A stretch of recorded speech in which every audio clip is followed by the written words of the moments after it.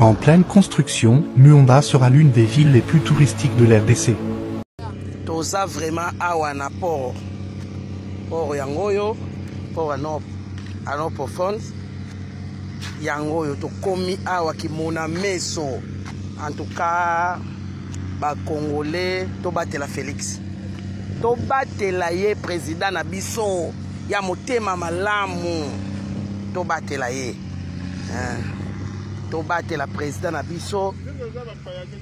Toza awa vraiment nzambe abatela mwana mobalo. Toza awa na pointe vraiment. Ndenge bazo benda ka sable kwa ma terre jaune.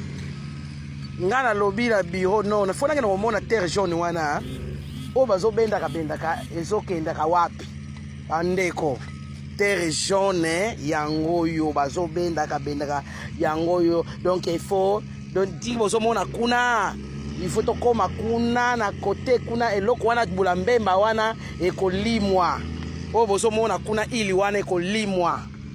Donc mabele oyo bozo mona terre jaune oyo il faut ezwa na limite ya mire auto telemi. Omoni mire auto telemi oyo parce que terre jaune oyo il faut etonda na tina limite ya mire. En tout cas to simba fati. To simba ye aza choix pour na biso na Congo. To simba ye un bon choix. Biso to zala kaka toujours dynamique. Ata bato baso nyokola biso. Bato baso sa biso mabe baso lo mabe biso ba Congolais. Soko yebi ke oza vraiment des pères et des mères congolais. To la na ba distraction te.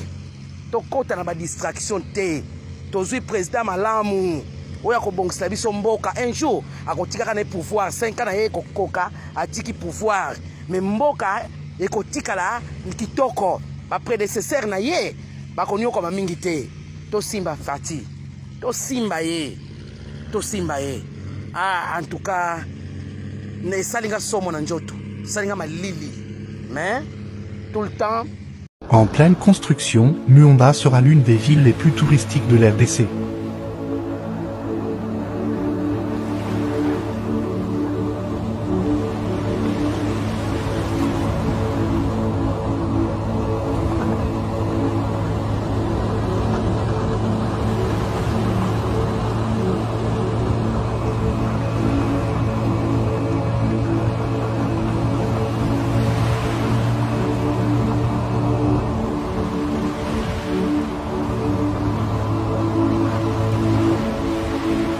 En pleine construction, Muonda sera l'une des villes les plus touristiques de l'RDC.